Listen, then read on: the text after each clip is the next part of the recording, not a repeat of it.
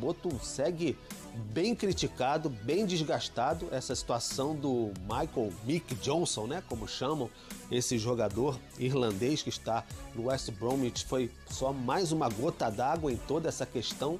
Então o Boto já vem desgastado bastante há algum tempo, desde também de Juninho, que foi contratado como scout, por uma indicação do scout, na verdade, só que ele não rendeu até o momento. Teve bons momentos na final do Campeonato Carioca contra o Fluminense, mas desde então praticamente não tem mais chances verdadeiras com o técnico Felipe Luiz.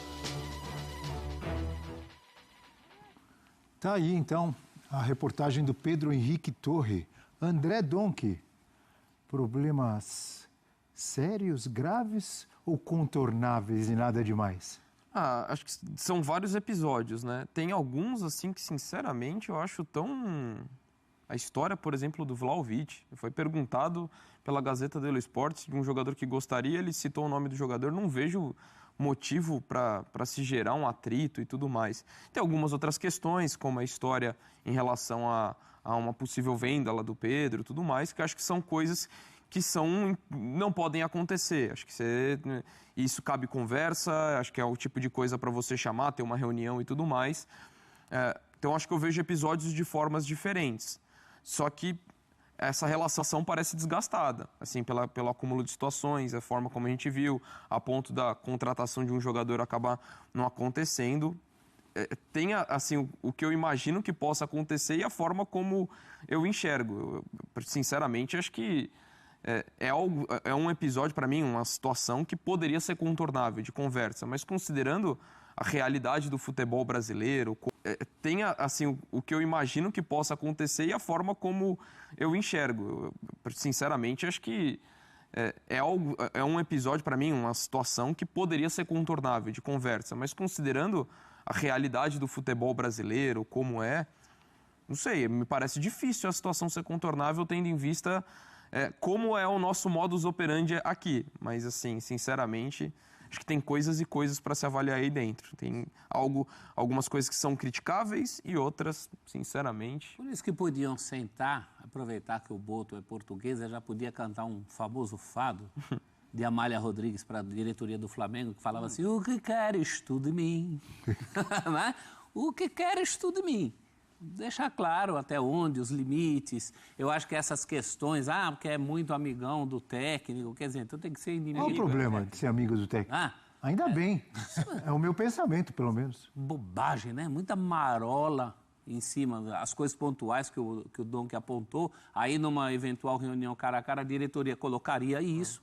O Flamengo estava caminhando, o Flamengo já tinha tirado o pé da lama financeiramente, da maneira organizacional, faltava a profissionalização do futebol, essa profissionalização estava vindo com o Boto e agora, de repente, uma recaída nesse sentido. Voltaram as fofocas, voltaram os vazamentos, os WhatsApps, as mensaginhas que em outros momentos derrubaram outras pessoas.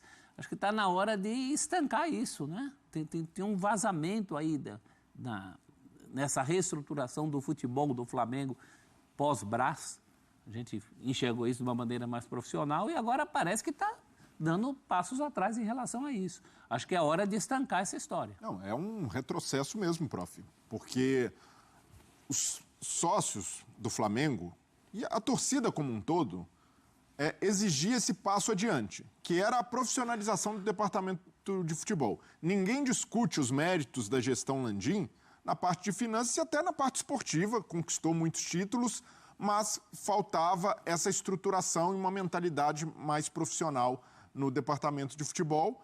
E foi com esse intuito que colocaram o BAP no cargo. O BAP só está sentado na presidência do Flamengo porque prometeu a profissionalização. E quando ele desautoriza o chefe do futebol, alguém que foi contratado com essa missão de profissionalizar, de certa forma, ele dá voz e dá poder ao burburinho do clube que se incomoda com isso. A política interna do Flamengo, e essa é uma política nociva na maioria dos clubes, está reagindo a esse processo de profissionalização, tentando fritar o Boto. Porque, vamos combinar, O antecessor do Boto, o Marcos Braz, que era um cargo político, o Braz fez coisas muito piores e nunca gerou esse tipo de reação, nunca gerou essa comoção de diretoria, de conselheiros, por atitudes que visam profissionalizar o clube. Nossa, contratou alguém usando o scout, olhando fora do radar. Nossa, isso deveria ser um mérito. Legal que o cara está indo por esse caminho, mas não. A diretoria reage a estímulo externo, e eu citei o Braz. O Braz, entre outras coisas, saiu na mão com o torcedor no shopping, chegando a esse cúmulo, não foi punido. O Braz usou o Flamengo várias vezes com intuito eleitoreiro e político, que foi vereador no Rio de Janeiro e usava bandeira e cores do Flamengo e nada acontecia.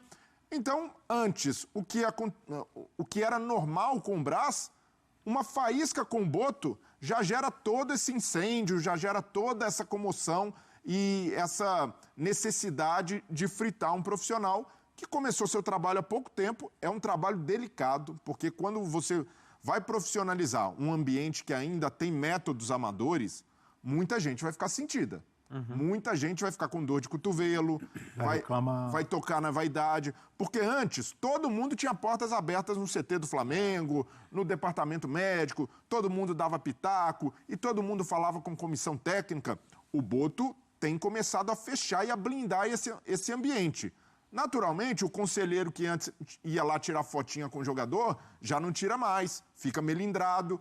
Então, a diretoria do Flamengo, o comando, principalmente o BAP, precisam ficar atentos a esse movimento. Porque se deixarem rifar um executivo de futebol que chegou com a missão de profissionalizar, porque ele está profissionalizando, aí, de fato, o Flamengo vai voltar muitas casas nesse processo que está acontecendo. O Flamengo, até no processo de contratação, a gente já vê o Flamengo tentando ser mais cirúrgico, ou o Flamengo tentando olhar com outros olhos para o mercado. Tem oportunidades como Danilo, como Jorginho, ok, mas o Flamengo também vai tentar montar um elenco com mais profundidade, com jogadores com características diferentes. E até no caso do Johnston, o pessoal, nossa, mas um jogador irlandês, 35 milhões. Na realidade do Flamengo hoje, não inviabiliza outras contratações. Ele chegaria para compor elenco. Então foi uma gritaria, para mim, muito desproporcional, que tem o intuito de fazer o Flamengo diminuir o pé ou brecar a profissionalização incluso no departamento de futebol. A repercussão dessa questão da análise da contratação, parece que o Flamengo gastou 100 milhões de euros, torrou e deu tudo errado. Você tem a contratação do Juninho e não pode nem falar que deu errado, porque o cara está meses no clube. Você está falando também de um cara, de repente, voltando ao futebol brasileiro, tem uma adaptação. Então, acho que também isso tem que ser considerado. Não foi um cara que chegou para ser titular absoluto? Exato, também não foi ao valor mais alto. Acho que a questão é essa. Então, assim, do jeito que fala, parece que o Flamengo contratou um monte de jogador e que o desempenho tá... O Flamengo é líder do Campeonato Brasileiro, está vivo nas duas competições de mata-mata. Ok, isso passou um sufoco que não se imaginava na Libertadores, mas passou. Faz um bom Mundial de Clubes, a meu ver, dentro da atuação, caiu para um dos melhores times do mundo. Então, assim, o barulho parece que é um negócio que tá tudo errado, tá uma catástrofe, o time queimou dinheiro. E não é isso. E me parece um barulho muito orquestrado também, Donk, porque a gente percebe até movimento em rede social, influenciadores do Flamengo, e ali com o alvo muito centrado na figura do Boto. E o que o Flamengo ganha com isso? Com esse tipo de crise, sendo que o Flamengo fez uma boa participação no Mundial de Clubes, o Flamengo é líder do Campeonato Brasileiro, com o melhor ataque, com a melhor defesa, se classificou na Libertadores. Até aqui o Felipe Luiz cumpriu todos os objetivos previstos. Gerar esse tipo de escândalo, de crise... Não é hora, né? Por causa de uma coisa totalmente contornável e por causa de uma contratação que o Flamengo desiste por repercussão de torcida... Olha, eu respeito o torcedor tem o direito de reclamar, de achar que o cara não é um reforço à altura do clube. Eu nem entro no mérito técnico se o Johnston era ou não jogador para um clube do tamanho do Flamengo. Mas o ponto é, se a comissão técnica deu o ok, se o departamento de futebol deu o ok, e o clube volta atrás com a contratação encaminhada, porque isso gerou burburinho em rede social. Isso é o que mais tem no futebol brasileiro. Mas passa um sinal muito ruim, Abel, porque o ambiente profissional vai se blindar desse tipo de coisa. Esse movimento será feito com certeza, com uma convicção que foi tomado por uma decisão técnica. E dessa maneira, eu entenderia, por exemplo, se o Johnston viesse aqui para o Brasil, o cara fez exames médicos e não foi aprovado. Isso aí acontece, e aí não tem de contratar mesmo. Mas depois que dá o barulho na rede social, o Flamengo vem com essa desculpinha de que nós voltamos atrás porque o departamento médico olhou o histórico de lesões. Espera lá, o histórico de lesões... De anos atrás, porque nas últimas temporadas ele tem... A última vez que ficou parado foi em março de 2022, então. Mais de 3 anos. Mas o histórico de lesões é o básico ao avaliar uma contratação. Você vai ponderar ali e falar, não, faz tempo que o cara sofreu lesão, ou esse tipo de lesão a gente consegue contornar aqui com o nosso departamento médico, e depois a gente vê na hora dos exames também qual é o grau, mas não nesse nível de, a contratação encaminhada a gente voltou atrás porque de repente alguém, vamos olhar o histórico de lesão. Não funciona dessa forma. E se aconteceu assim, para mim, diz muito sobre como as decisões são tomadas no Flamengo. E na época do Landim também já teve contratação e até renovação que o presidente brecou. O Gabigol, por exemplo, na hora ali que o Landim foi assinar, falou, não, nesses termos aqui eu não aceito.